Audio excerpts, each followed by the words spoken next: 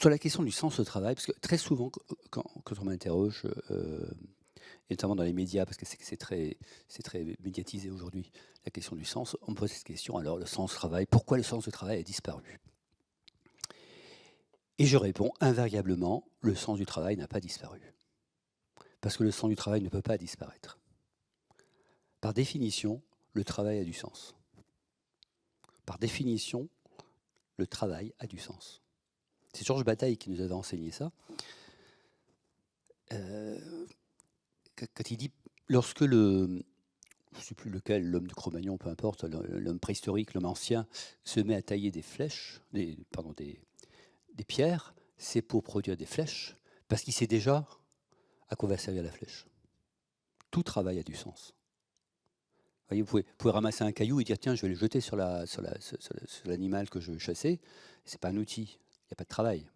Il va y avoir un acte et la chasse, mais il va y avoir un travail lorsque je mets du sens dans mon geste.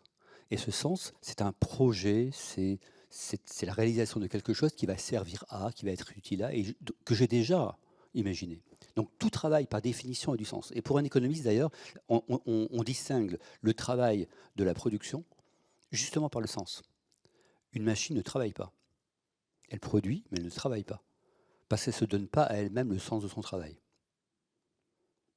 Et petite note de bas de page, parce que j'en fais quand même quelques-unes parfois, notamment à l'oral, l'intelligence artificielle ne travaille pas. Contrairement à ce que toute la mystique et mythique autour de ce qui se dit là, elle ne travaille pas au sens où elle ne donne pas de son propre sens. Elle donne l'apparence du sens, elle donne l'impression qu'il y a un sens, mais elle ne travaille pas au sens où travailler, c'est donner du sens à, ce que l'on fait. Donc, on ne peut pas imaginer qu'on perde le sens du travail. Même l'esclave d'ailleurs, hein. Même l'esclave donne du sens à son travail. Alors un sens qui ne l'emballe pas peut-être, oui, après c'est la question de l'engagement dans ce qu'on fait, hein. Mais même l'esclave donne du sens. Oui, c'est ça qui distingue l'homme de la machine. Deuxième note de bas de page pour la suite, éventuellement pour des questions. Ça veut dire que si la machine remplace l'homme, ça veut dire que le sens de la production par la machine a été déterminé ailleurs, puisque ce n'est pas la machine qui va donner son propre sens. Vous voyez ce que je veux dire? Quand on dit la machine remplace le travail de la machine remplace le travail humain, non, il n'y a pas de travail de la machine. Il y a une production de la machine qui remplace le travail humain, ce qui suppose que la production de la machine, elle a été tramée, elle a été organisée, elle a été pensée ailleurs par ceux qui ont travaillé à ça. Et dire qu'on remplace le travail humain par du travail de la machine, c'est masquer le vrai travail qui est celui des organisateurs de cette subrogation de l'homme par la machine. Et se faire comme si c'était naturel alors que ça ne l'est pas du tout. Donc, il n'y a pas de question du sens au travail. Et pourtant, il y a une question qui est aujourd'hui très claire, puisqu'on la pose, c'est qu'il y a évidemment une raison à l'inquiétude, en tout cas le questionnement, c'est qu'il y a le vrai sujet, en fait, c'est la question du sens collectif au travail. Si chaque travail, chaque action de travail, chaque activité de travail produit du sens, en même temps qu'il produit un travailleur, il produit du sens. Le sujet, ce n'est pas le sens du travail, c'est le sens commun du travail. Est-ce que lorsque chacun travaille à sa mesure, pour faire ce qu'il a à faire, il a le sentiment de faire œuvre commune? Et vous voyez, je distingue cette crise de sens dont on parle, c'est une crise du sens du travail collectif. Pardon, c'est une crise du sens commun du travail. On va arriver tout à l'heure au travail collectif. C'est une crise du sens commun du travail. Et quand on y réfléchit, vous devez dire, mais oui, ce qu'il dit est une évidence. Au fond, chaque personne, quand vous l'interrogez, peut trouver du sens à son travail. Et ce qu'elle va mettre en cause et ce qui va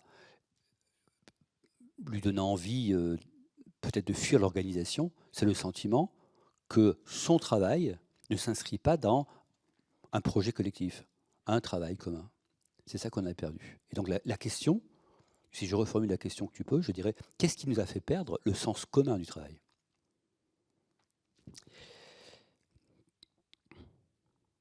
Ça va? Première étape. Donc, je vais dérouler mes réponses.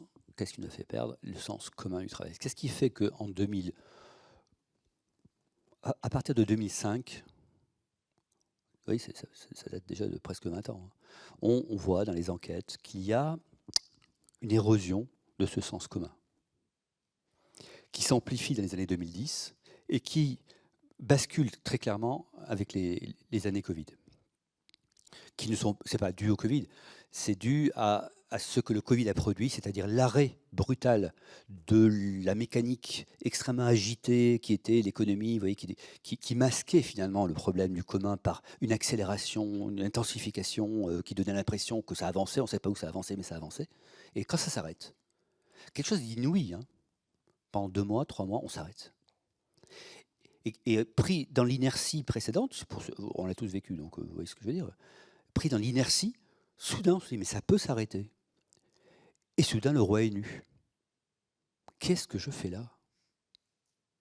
Qui ne s'est pas posé la question pendant les années, les premiers mois de confinement, mais qu'est-ce que c'est que ce travail, quoi? Alors il y a ceux qui étaient au front, dont on a beaucoup parlé, effectivement, parce qu'ils avaient une conscience immédiate de l'utilité de leur travail.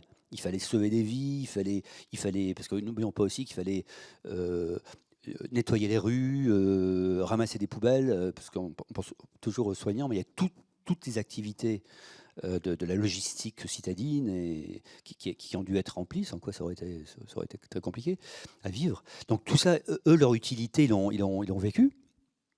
Mais les autres, combien d'autres se sont dit, mais qu'est-ce que je fais dans ce tableau Excel alors que nous vivons une sorte de grande tragédie cosmique comme ça, enfin en tout cas planétaire, où tout s'arrête, le monde s'arrête, un tiers d'humanité enfermée dans ses appartements, enfin un truc de folie. Donc voilà, la crise commence dans les années 2005, cette crise, peu importe le mot crise, cette transformation, cette érosion du travail commun commence dans les années 2005, et elle va trouver son point d'échappement, si vous voulez, durant les années Covid, où là, on est placé devant son travail à soi, et on se dit, mais à quoi je contribue, quoi, finalement? Est-ce que c'est vraiment si important, ces PowerPoint qu'il faut que je rende? Est-ce que c'est vraiment si important, ces réunions auxquelles je dois participer?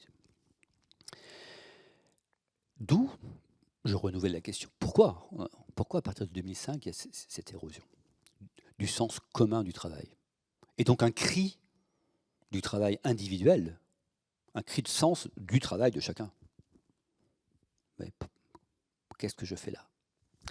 Alors, première raison, tu l'as évoqué tout à l'heure, je ne peux pas y revenir trop longuement parce que j'ai beaucoup parlé dans le passé de cette affaire, et puis il n'y a pas que moi qui ai beaucoup parlé de cette affaire, c'est devenu très connu, hein. La financiarisation, pour le faire en très bref, première raison de cette crise du travail commun, à partir des années 1980, il y a une transformation considérable du financement des économies. Et pour le faire en très bref, on passe d'un financement bancarisé à un financement par les marchés financiers. Pourquoi? C'est très simple à comprendre, c'est parce que les retraites, pour financer les retraites, on ne sait pas faire, et pour pouvoir les financer, on place les cotisations sociales sur les marchés financiers aux États-Unis, ces fameux fonds de pension. Et à partir de là, explosion nucléaire, puisque vous avez des milliards de dollars qui vont être déversés sur un tout petit marché. Le marché financier, c'est très petit, c'est 10 000 entreprises dans le monde, hein. C'est très petit, hein. Il y a 10 000 entreprises qui vont profiter de milliards d'épargne. Et ça va bouleverser toute l'économie. Alors c'est ce que je raconte dans Le Travail invisible. Et puis je me fais de la publicité pour le second. La suite du Travail invisible, c'est L'esprit malin du capitalisme, qui explique cette histoire comme ça. On part d'un... C'était pas du tout voulu au départ, hein. C'est une transformation du moyen de financer l'économie, et on en arrive à bouleverser tout le mode d'organisation, et en particulier les entreprises. J'y arrive donc parce que pour répondre, il y a énormément d'argent, hein. Il y a encore, vous l'avez peut-être entendu, vendredi dernier, la bourse de Paris a atteint son sommet historique depuis qu'il y a un indice CAC 40, elle n'a jamais été aussi haute. C'est vous dire que tout va bien. Et pourquoi? On se dit, mais pourquoi ça ne craque pas? Parce qu'il y a énormément d'argent pour peu d'entreprises, donc ça tourne, donc ça monte. Et donc on est sur ce régime depuis maintenant 40 ans. Il se met en place dans les années 70-80, d'abord aux États-Unis, puis dans tous les pays du monde, comme ça. Et conséquence pour les entreprises, si elles veulent capter de l'argent, elles sont obligées de répondre à des normes financières et à des niveaux de profit. C'est aussi simple que ça. Alors, c'est plus sophistiqué, je le décris de manière plus technique, mais c'est compréhensible, même si vous n'êtes pas économiste, c'est très compréhensible. Dès lors que vous avez des marchés financiers qui ne connaissent rien à la vie des organisations qui prêtent de l'argent, ils veulent des rendements, parce que leur travail, c'est de placer de l'épargne. Ils veulent des rendements, et donc ils s'imposent des rendements. Et ça renverse complètement la logique de production. Au lieu d'aider par le financement à produire, et s'il y a des profits, ben on les redistribue à ceux qui ont apporté les capitaux. On apporte des capitaux en exigeant des rendements. On les apporte que si on a un certain niveau de rendement, et l'entreprise doit s'adapter à ce niveau de rendement. Ça a été la fameuse création de valeur pour l'actionnaire, et cette course au profit. Là aussi, c'est la course de l'écureuil dans sa roue. Hein. Personne ne l'a voulu, mais une fois que vous mettez en place le système, il s'autoproduit. Même si vous ne voulez pas entrer dans cette logique, mais comme votre concurrent entre cette logique, lui capte beaucoup de fonds, fait plus de profits, s'organise, devient plus rentable, et vous êtes obligé de vous aligner, et de proche en proche, même les petites entreprises qui ne feront pas appel au marché boursier, hein. Il n'y a que 650 entreprises en France qui sont cotées, hein. Donc vous voyez, il y a de la marge, il y a 2 millions d'entreprises. Mais toutes les entreprises sont contaminées par cette logique, puisqu'elles sont évaluées, étalonnées par les plus grandes qui, elles, captent cet argent. Et voilà comment tout le système capitaliste, qui n'est pas un gros mot dans ma bouche, ni un beau mot, c'est juste un terme technique pour dire notre système économique, hein, tout notre système économique va basculer dans la spéculation. Mais je m'arrête là sur ce point-là. Ce qui nous intéresse, c'est les conséquences sur le travail. Tu l'as résumé tout à l'heure, donc je résume le résumé. Dès lors que ce qui importe, c'est le résultat financier, peu importe comment c'est fait, l'essentiel, c'est le résultat. Et va se mettre en place toute une technique de gestion, voire de management, et même de management, par le résultat. Alors ça, c'est très bien documenté. Vous avez là tous les documents, mais ça a été beaucoup documenté, beaucoup travaillé, ça. Comment la gestion a basculé à partir des années 90 et on s'est mis à organiser les entreprises à partir de résultats. Et en déroulant à partir de résultats, on arrive au niveau de production qu'il faut atteindre. Et ça a rendu le travail invisible, d'où l'outil de cet ouvrage, hein, le travail invisible. Non pas qu'il n'y ait pas de travail, non pas qu'il était méprisé, mais il était rendu invisible. Parce que peu importe, encore une fois, ce qu'on fait, l'essentiel, c'est qu'on ait le résultat attendu. D'ailleurs, ça a développé beaucoup d'autonomie dans les entreprises, qui était un piège pour les collaborateurs, parce qu'on donnait de l'autonomie à condition que vous ayez le résultat, débrouillez-vous, et puis finalement, faites ce que vous avez à faire, peu importe. Invisibilisation du travail, et donc il y a une culture du travail invisible qui s'est développée dans les années 90, qui est une culture de l'individualisation très très forte. Le travail, c'est là qu'on a mis en place d'abord les primes individuelles, puis la gestion de carrière très individualisée.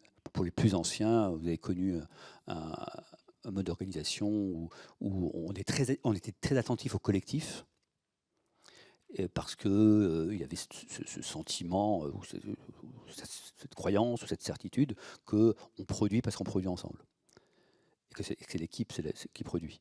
Et en fait, on va faire éclater cette logique de la production collective au profit d'une production par accumulation de performances individuelles.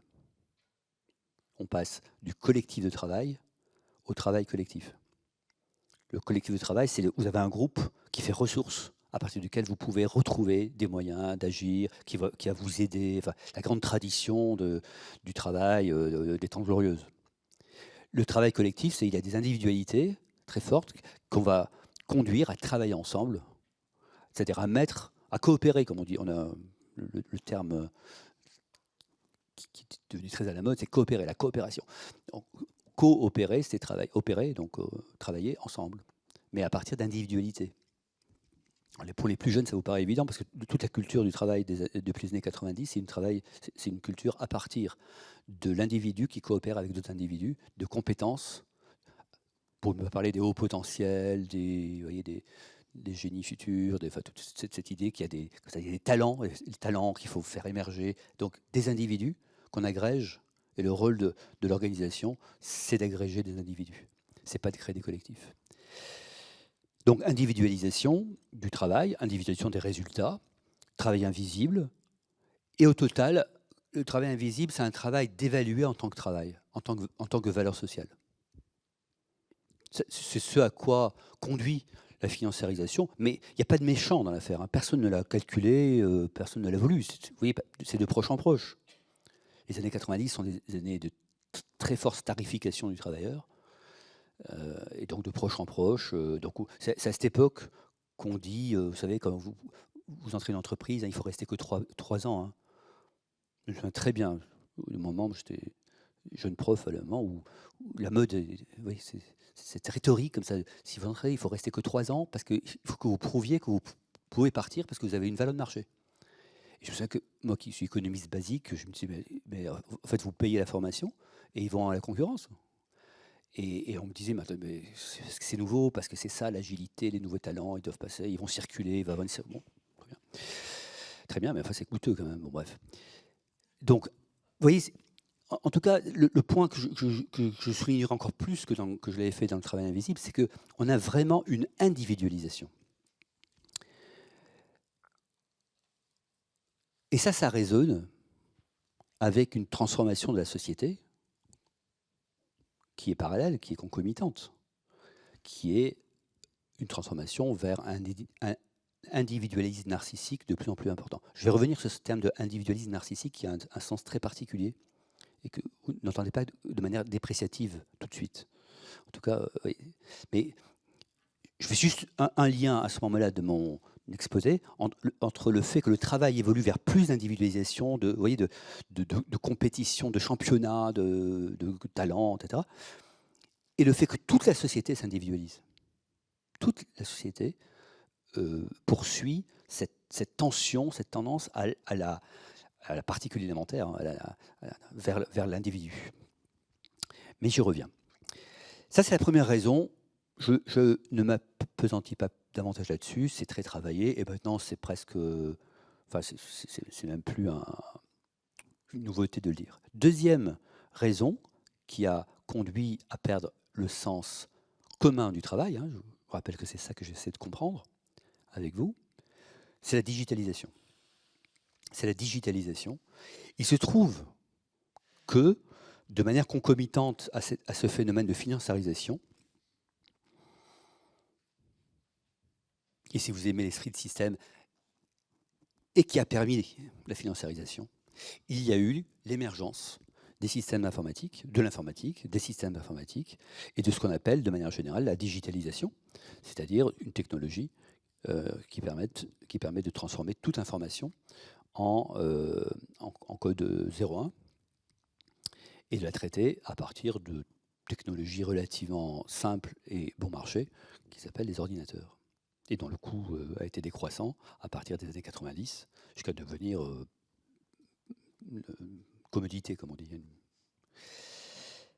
Digitalisation. Alors, pourquoi la digitalisation a fortement érodé le sens commun du travail? C'est qu'il ne vous a pas échappé que lorsque la plupart des travailleurs partent de leur entreprise, ils partent avec les moyens de production, c'est-à-dire avec les ordinateurs et les téléphones portables, qui sont les deux moyens de production principaux dans une société d'information comme la nôtre. Et je dis tous les travailleurs. Alors évidemment, davantage l'école blanche que l'école bleue, mais même l'école bleue utilise beaucoup d'ordinateurs et beaucoup de téléphones portables, c'est-à-dire communication digitale. Et ces outils, on les a sur la table, vous voyez. Avec ça, je peux faire des tas de choses. Hein. J'ai tous mes cours, j'ai tous mes PowerPoint, j'ai enfin, énormément de choses, et je pars avec. Enfin, en conséquence, la frontière entre le privé et le public, évidemment, s'est effacée. J'ai coutume de dire, Charlie Chaplin, qui est l'archétype, vous savez, dans les temps modernes, qui est l'archétype du travail, des temps glorieux, travail à la chaîne. Qu'est-ce qui le broie? Une énorme machine, outil, qu'il ne peut pas contrôler. C'est-à-dire tout le sens du film et toute la fine pointe de cette fameuse scène où il est pris, il est embarqué par la machine, précisément parce que cette machine, il ne peut pas la contrôler. Avec la digitalisation, on a l'impression, si vous voulez, on discutera tout à l'heure de est-ce une impression, une réalité, mais on a l'impression que je peux contrôler la machine, je pars avec. Voire quand je suis au boulot, je peux passer très facilement du privé au public. On estime qu'à peu près 30% des opérations en entreprise relèvent du privé. On prend un rendez-vous chez le médecin, on appelle sa femme pour un problème, 30%. Et inversement, quand on est chez soi, on travaille. Enfin, on travaille. C'est pas le bon mot. On utilise les mêmes outils et je reçois mes mails et peut-être je vais y répondre à 11h du soir. Donc, cette frontière s'efface. Et ce qui s'efface aussi, c'est le monopole que semblait avoir l'entreprise sur les moyens de production. Parce qu'il y a des tas de choses que je peux faire en dehors de l'organisation. Et même que je peux faire mieux, enfin, je peux avoir le sentiment de faire mieux que lorsque je suis au boulot. Et même, je peux créer une petite communauté et faire avoir des pratiques et travailler en dehors de l'organisation pour produire des choses dans une association, vous voyez, en utilisant les mêmes outils et la même qualité. Vous sortez une affiche pour votre association paroissiale, eh bien, vous avez des choses relativement comparables à ce que vous pouvez faire en entreprise aujourd'hui, avec une bonne photocopieuse. Et, oui. Bon. Vous voyez, ça nous paraît tellement évident. Je vois des jeunes, et pour vous, ça vous paraît évident, mais ce n'est pas du tout évident relativement à aux générations précédentes, où il y avait une coupure très nette entre ce qu'on pouvait faire dans l'entreprise et ce qu'on ne pouvait pas faire en dehors, ce qu'on ne pouvait pas faire en dehors de l'entreprise, chez soi en particulier. Aujourd'hui, on peut faire plein de choses. Et d'où une frontière qui s'est effacée, et d'où une déconsidération relative du travail en entreprise. Le prestige du travail en entreprise n'est plus le même. Mais même les possibilités du travail en entreprise ne sont plus les mêmes. Et même le travail en commun en entreprise, il est mis en concurrence avec le sens commun du travail ailleurs que dans l'entreprise. Une assoce, vous voyez. Donc, vous voyez, ça c'est conséquence de la, si vous voulez un grand mot, de la désinstitutionnalisation des outils. Avant, il y avait une institution qui avait le monopole des outils. Maintenant, c'est moins vrai. La deuxième raison qui a conduit la digitalisation donc à participer à l'effritement du sens commun, c'est que la digitalisation a conduit à l'interconnexion des particules élémentaires que nous sommes. Je disais dans la section précédente qu'il y a une tendance vers l'individualisme très très forte depuis 40 ans, qui a été encouragée par la financiarisation. On a inventé le terme de capital social, puis de capital humain, puis de capital santé, puis de capital soleil. Tout est capital. Et tout est capital et nous devenons des micro-capitalistes de tout. On a tout à gérer parce que nous devons valoriser tout ce qui en nous est capital. C'est ça l'individualisation. Hein. On ramène non pas au collectif qui produit du capital des ressources, mais à soi-même ce sentiment qu'il faut maximiser son capital, y compris soleil et santé, bien sûr, et repos. Enfin, donc ça, c'est la financiarisation. Mais ces micro-capitalistes que nous sommes devenus, ils ne sont pas isolés, contrairement à ce que dit Houellebecq, qui est un prophète de cette époque, hein, qui a très bien vu comment se passent les choses, cette lente dislocation du collectif au profit d'individus. Mais lui s'arrête là. Alors, on n'est pas là pour parler de Houellebecq ce soir, mais il s'arrête là, il ne s'arrête pas tout à fait là, s'il est très intelligent. Mais enfin, en tout cas, il insiste sur le fait qu'on a des particules élémentaires, donc comme le titre d'un de ses ouvrages le dit. Mais en fait, ces particules sont extrêmement reliées. et même davantage reliées qu'elles n'ont jamais été dans l'histoire de l'humanité. Et elles sont reliées par la technologie, par le digital, cette fois au sens Internet, réseau. Ça, c'est très nouveau. Et ça va avoir des conséquences extrêmement importantes sur le travail commun, sur le travail en organisation. Bah pourquoi? Parce que l'information qui était concentrée dans l'entreprise comme lieu du travail, lieu de la production, elle est diffusée partout. Et je ne peux pas vous apprendre ce soir que si vous voulez, je sais pas, apprendre à bricoler, à monter un meuble, vous avez 15 vidéos qui vont vous l'expliquer, vous avez plein de personnes qui vont pouvoir vous aider. Bref, vous avez une possibilité, vous, en tant que microcapitaliste, avare de notre temps et de notre profit personnel, on a une énorme possibilité d'agir et de travailler indépendamment de l'entreprise. Indépendamment, vous voyez, d'un lieu qui aurait organisé du travail. On a une diffusion de l'information et une connexion de chacun à cette information dont on n'est qu'au début parce que l'intelligence artificielle va décupler cette affaire. Et donc, qui a eu pour tendance, là encore une fois, d'éroder les collectifs de travail. Quand je dis éroder, je veux dire de les rendre pas si attractifs que ça.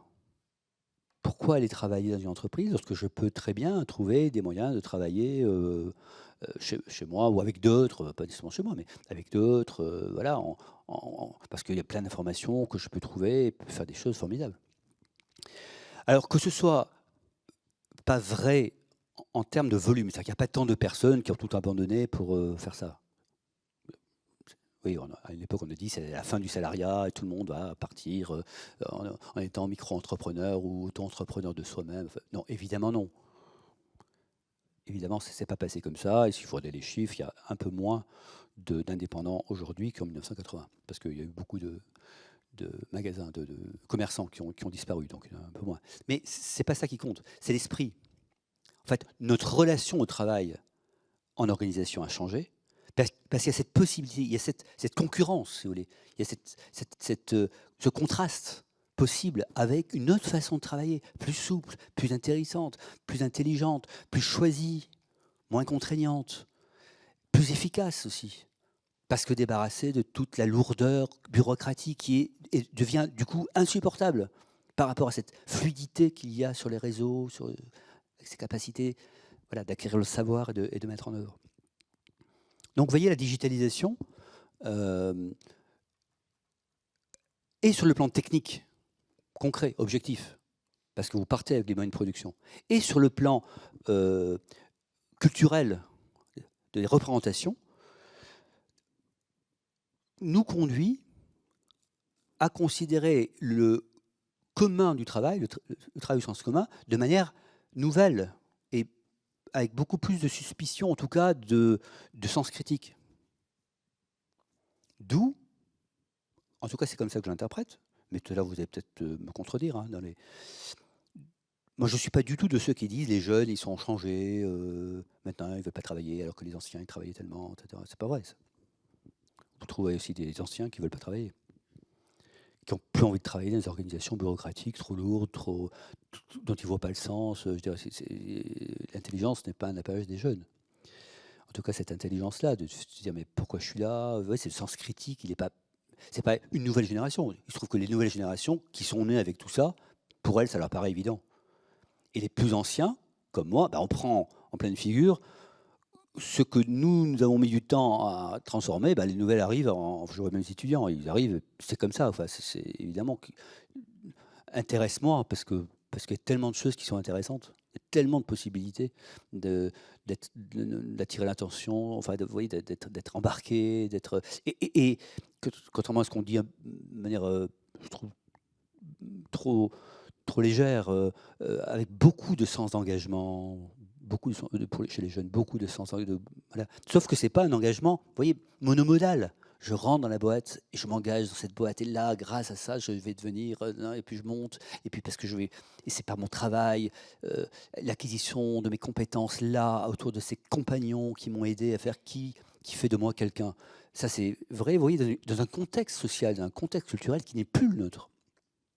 Aujourd'hui, j'acquiers de façon différente, j'aide, et c'est cette diffusion qui fait ma force, et la capacité d'agir dans différents mondes qui fait ma force. Donc la digitalisation a une conséquence très importante sur notre représentation, et a toujours, et aura encore, hein, parce que l'intelligence artificielle va encore en mettre une couche, puisque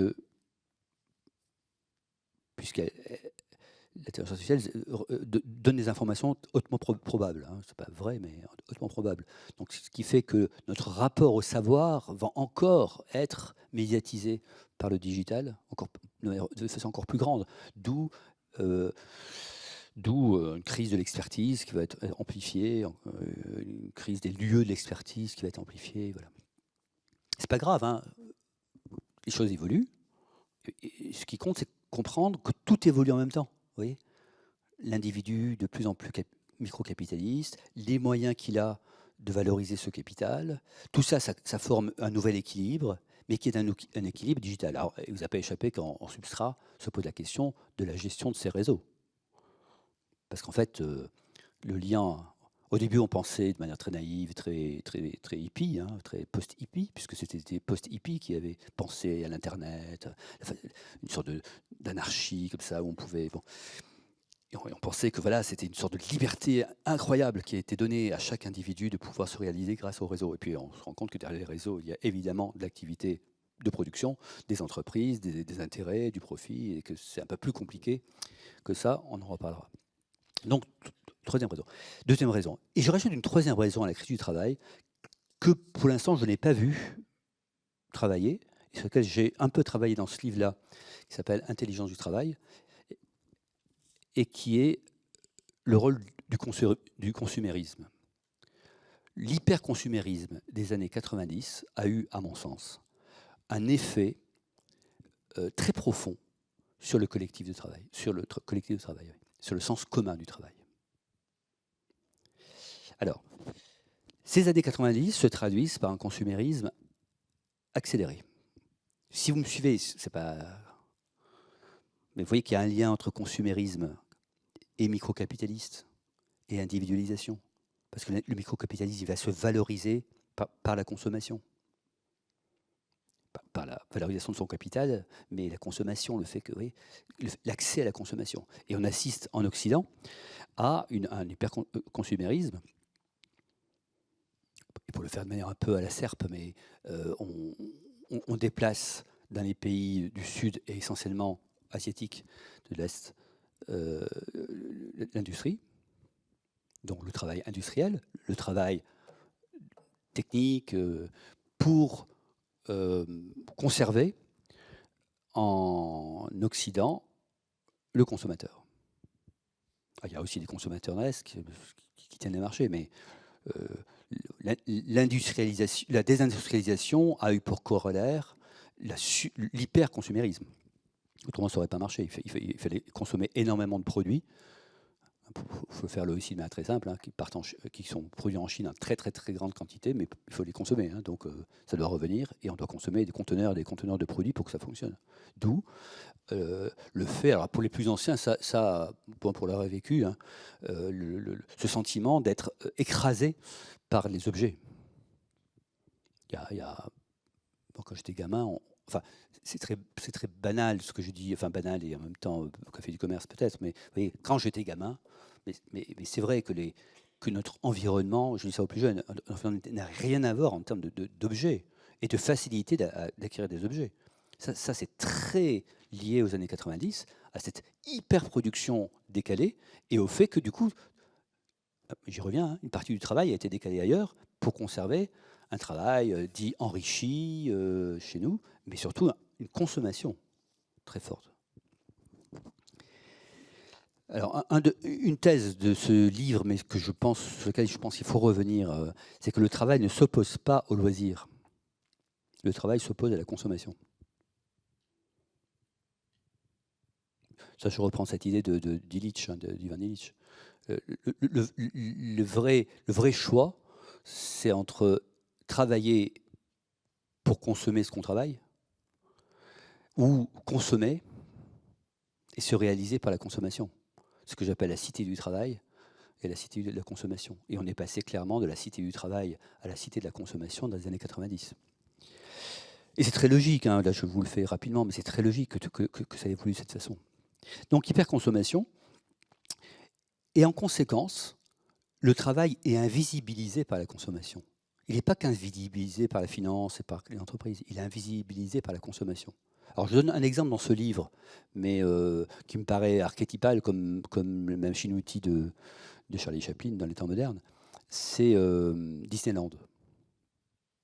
Disneyland, je ne sais plus combien de Français ont vu, sont allés à Disneyland, énorme. Et Disneyland, c'est le lieu où vous ne devez pas voir les travailleurs. Vous ne voyez que des masques. C'est un lieu où on ne va que pour voir des masques. Surtout, il ne faut pas voir les gens en sueur dessous, il faut voir les gens fatigués, il ne faut pas voir les gens qui en ont marre. Il faut que ce soit le monde parfait, où tout fonctionne de manière fluide, parce qu'on va consommer, on ne va pas regarder le travail. Et si vous y prenez garde, et que vous ouvrez la boîte noire de la consommation, vous allez avoir peur. La boîte noire de la consommation, c'est la maison de retraite est très très bien. Il y a de très bons résultats, il y a des très belles publicités, il y a une très belle image. Puis un journaliste va dans la maison de retraite et puis s'aperçoit que c'est pas comme ça que ça marche. C'est pas comme ça que les toilettes des personnes âgées sont faites. C'est pas ça le temps qui est imparti au personnel. Il va regarder le travail, mais horreur. Il va regarder le travail, et le travail, c'est pas du tout ce qui est vendu en termes de consommation. Et pensez-y, dans tout, je ne veux pas vous, mais avant Noël.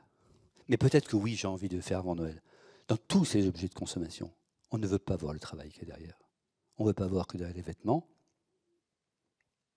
on va dire 40%. Moi, je suis en conseil d'administration d'une boîte de vêtements, donc je connais bien le sujet sur comment faire pour éviter que 40% des vêtements 80% sont en coton, hein, sont fabriqués à partir du coton, et 40% du coton, il est, je ne dis pas éthique, il est immoral. C'est-à-dire que immoral. Et on ne peut pas faire autrement. On essaie de sourcer ailleurs, comme on dit, c'est pas possible. Le seul qui soit un peu moral, c'est le coton américain, il n'a pas assez. Tout le coton vient de pays, c'est épouvantable. Alors, le coton, les poulets, enfin, quand vous ouvrez les boîtes noires de la consommation, mais enfin, j'espère vous communiquer ça ce soir, on ne veut pas voir le travail en tant que consommateur. Et plus on est hyper consommateur, et plus on refuse de voir le travail qu'il y a derrière. Le travail qu'il y a derrière en Chine, qu'il y a derrière dans le Vietnam, évidemment, mais même chez nous, on ne va pas le voir. Donc, je crois que le consumérisme a aussi opéré, a eu sa place, oui, son mode opératoire dans cette transformation de notre rapport au travail. Nous sommes, sans qu'il y ait de méchants, encore une fois, sans qu'il y ait de complot, sans qu'il y ait un grand organisateur qui a tiré les fils, mais de proche en proche, par petites touches, pour que ça marche, nous sommes devenus des acteurs d'un monde Disneyland, un monde où la consommation prime. Quitte à ne plus voir le travail, quitte à déconsidérer le travail, quitte à déconsidérer le travail dans notre culture. Et c'est... Vous avez peut-être en tête Terre des Hommes, le chapitre 2 de Terre des Hommes, chapitre 3. Être homme, c'est précisément être responsable, c'est se réjouir de la victoire qu'ont remporté les camarades. Enfin, ce texte, moi je donne à mes étudiants ce texte magnifique sur le travail, de la part d'aviateurs qui vont transporter du courrier, vous voyez ce truc, le sens, mais qui est complètement collectif. Complètement collectif. Ça ne fonctionne que parce qu'on est équipe, ensemble, voilà, il faut opérer ces exploits. Bon. Eh bien, ce thème-là, 1930, aujourd'hui, ça serait un thème de l'hyperconsommation. Encore une fois, Houellebecq l'a très bien vu. Il y a très peu de travail chez Houellebecq. Il y a toujours un travailleur, hein. Le héros fait toujours quelque chose. Mais en fait, on ne voit pas travailler, on le voit consommer. Et même l'humain sexuel, c'est avec une sorte de symbolique de la consommation pour la consommation, quoi, où il n'y a plus d'autre sens que consommer pour consommer. Donc, cette dimension-là, vous voyez, je ne la mets pas à part Je pense profondément aujourd'hui, pour avoir travaillé sur Marx, etc., que le vrai lieu de l'aliénation capitaliste, il y a une aliénation capitaliste, c'est pas le travail, c'est la consommation. En fait. Et depuis le début du capitalisme, c'est la consommation. Parce qu'en fait, le consommateur ne maîtrise pas sa consommation. Et moins il la maîtrise, et plus il est aliéné. Et cette dimension, elle est embêtante. Vous voyez, quand je parle avec des chefs d'entreprise, elle est embêtante parce qu'en fait, on est conduit à produire pour pouvoir faire fonctionner la machine. Mais cette production, c'est une production qui doit être consommée. Et on doit mettre la consommation en premier. Et cette consommation en premier, elle détruit le travail. Elle détruit le sens du travail. Tu vois ? Bon. Donc, ce travail collectif est triplement dévalorisé. Ce collectif de travail est triplement dévalorisé. Il y a beaucoup de travail collectif, j'y reviens, mais le collectif de travail, le fait que c'est du groupe, c'est de la communauté, c'est du ensemble que se produit la valeur, parce que c'est du ensemble que se créent les normes de valeur, les normes de qualité, les normes de métier, vous voyez, le vieux compagnonnage, machin. Ça, c'est perdu, et à mon avis, c'est définitivement perdu, ça. Parce que notre société ne porte plus ça. Elle porte des micro-acteurs, des micro-agents, qui sont reliés par la technologie. Et là où je pense que c'est irréversible, enfin pourquoi je pense que c'est irréversible, c'est parce que plus les micro-acteurs sont reliés par la technologie, plus le sens du travail commun décroît. Parce que c'est la technologie qui le donne. En clair, c'est les programmes qui donnent ce qu'il faut faire, vous voyez, les normes, les niveaux, etc. C'est les programmes. Et de plus en plus, c'est ça. Y compris pour un chauffeur de taxi qui lui dit où il doit aller, le temps qu'il doit mettre, tout le programme sous-jacent limite le collectif de travail. Et plus il le limite, et plus l'acteur considère que son travail n'a pas de sens. Et plus on a besoin de technologie pour assurer le sens commun. Et plus ça fait perdre le sens du travail. Et plus on a besoin de technologie. C'est une logique qui s'auto-produit, ça. Je pense que chaque année qui va passer, on aura des couches d'organisation technologique nécessaires pour que ça fonctionne. J'aime bien donner l'exemple du nucléaire. Le nucléaire, c'est hyper sophistiqué parce que oui, c'est une erreur. On ne va pas laisser ça à des collectifs de travail sympathiques. C'est hyper sophistiqué. Et plus il y a des engagements par rapport au travail, comme on assiste, le travail, vous m'entendez, un travail dans les organisations, plus il y a cette culture du désengagement par rapport au travail dans les organisations, et plus dans ces organisations-là, vous imaginez qu'il faut verrouiller complètement les processus. Et plus on les verrouille, et plus il y aura des engagements, et plus il faudra verrouiller. Donc on a une logique qui nous conduit à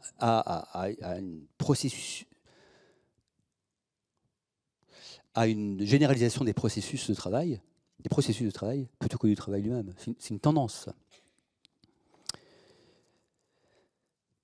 Et donc ce sera la thèse de livre que je prépare, dont je vous parlais au départ, et qu'on va discuter si vous voulez ensemble, c'est ce que j'appelle la sociétalisation de l'entreprise. La sociétalisation. La sociétalisation, c'est le fait que la société en tant que société, sans intermédiaire, sans intermédiation, se donne à elle-même le droit d'orienter le politique et, pour ce qui nous concerne, l'économique. La société, il y a des acteurs plutôt, mais la société, ça n'existe pas, il y a des acteurs de la société, il y a des acteurs qui se donnent comme légitimité le fait de représenter la société tout entière pour orienter l'État, l'action de l'État, l'action publique, l'action des entreprises, l'action économique. Et il représente le climat, des minorités, la biodiversité. Vous voyez, ils prennent la parole au nom de la société, d'une dimension, et ils s'auto-investissent, et on s'auto-investit, parce que on est tous embarqués dans cette transformation culturelle, on s'auto-investit de la possibilité de parler au nom de la société. Alors, là aussi, pour les plus jeunes, ça peut vous paraître évident qu'on parle au nom de la société. Non. Pendant des millénaires, il y a toujours eu des intermédiations qui s'appellent l'État, qui s'appellent l'Église, qui s'appellent, vous voyez, tous les corps intermédiaires qui, justement, intermédient pour éviter que la société se replie sur elle-même. Or, alors ça, c'est ma thèse, hein, donc, que je vous expose pour la première fois ce soir autour de la question du travail. Ma thèse, c'est de dire qu'en fait, cette évolution économique, cette évolution culturelle dont j'ai parlé, en fait, conduit à une disparition de toutes les institutions en tant qu'institutions légitimes au profit de la société comme unique institution. Ce qu'on appelle la sociétalisation. Et après, l'Église, l'État, l'école, et ben, l'entreprise, qui était présentée comme, pour le plus ancien, vous vous souvenez, il y a encore 10 ans, on disait, oui, la dernière institution, hein, celle qui résiste encore, c'est l'entreprise. Eh bien non, c'est plus l'entreprise. Même là, on assiste à une désinstitutionnalisation, c'est-à-dire le fait que, bon, ok, je travaille dans cette entreprise, mais je peux travailler demain matin ailleurs, ça n'a aucune importance. Je ne suis pas plus attaché à ça parce qu'il n'y a pas de lien substantiel entre moi et cette institution-là. C'est la seule institution qui m'importe, c'est la société. Et moi dans la société. Et moi dans la société, c'est l'individu narcissique. Alors, individualisme narcissique, j'emprunte le terme à Christopher Latch, fin des années 70, qui déjà avait vu ça, que ce n'est pas l'individualisme qui est nouveau. L'individualisme, c'est vieux comme la modernité. C'est une forme particulière d'individualisme qu'il appelait, lui, le narcissique, et je pense que c'est la meilleure appellation. C'est cet individualisme qui... Je vais être clair. Tocqueville définit bien l'individualisme. Il dit, en fait, l'individualisme, ça consiste à s'occuper de ses amis, de sa famille, de cette petite société, et de ne pas s'occuper de la grande société. Donc on se replie, c'est pas le bon mot, parce que c'est pas du tout égoïste, hein, mais c'est à l'échelle de sa société. Ses amis, il cite ça, hein, sa famille, ses amis. Vous voyez. L'individualisme narcissique, c'est quelque chose de différent chez Latch et dans ce que j'essaie d'en faire. C'est le fait qu'on considère que le centre de gravité de la société, c'est soi-même. C'est-à-dire qu'on regarde toute la société à partir de soi. Alors on met ça souvent sur le compte de l'émotionnel. On dit non, mais c'est une conséquence. Ça. En fait, c'est le centre de gravité de l'individu. C'est pas sa petite société, c'est lui-même. Et c'est toute la société en fait qui est vue à partir de lui-même. C'est en ce sens qu'il emploie le terme narcissique, mais au sens psychanalytique, je crois même, du terme. Il était psychanalyste hein, aussi, sociologue et psychanalyste. En tout cas psychologue. Oui, c'est dans le sens fort. Donc c'est pas dépréciatif. C'est une façon de regarder le monde. La société est le miroir, comme Narcisse, hein, est le miroir de moi-même. Et donc je l'évalue par rapport à moi-même. Ça, c'est une forme d'individualisme qui est nouvelle.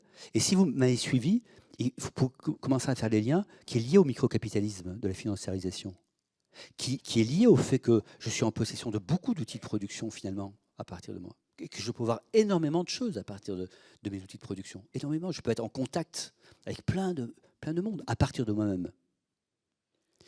Et ça, à mon sens, ça conduit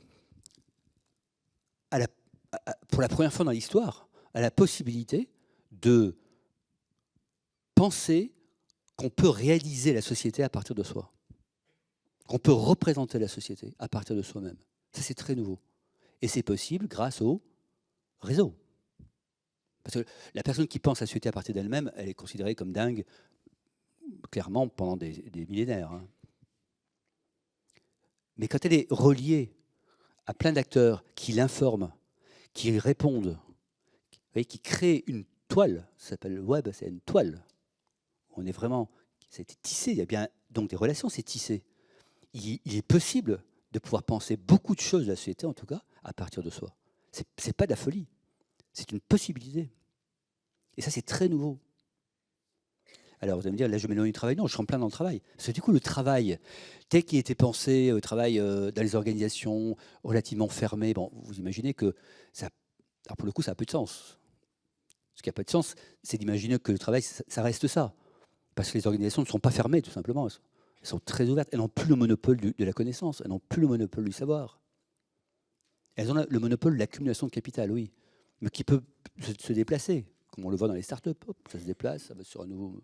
C'est pas aussi voilà, accumulatif que dans la haute époque du capitalisme.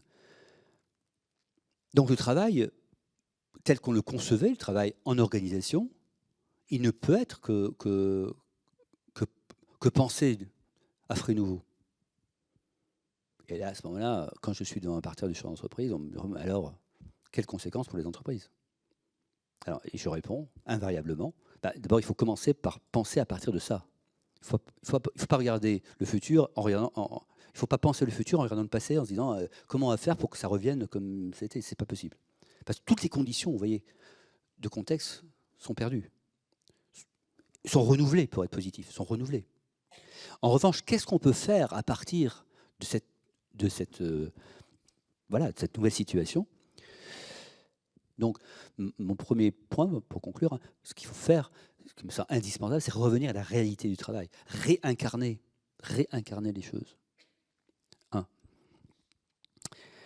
Deuxième, j'ai de plus en plus conscience, en tout cas c'est mon sentiment, que les espaces de confiance vont devenir cruciaux dans les années qui viennent. Merci à vous.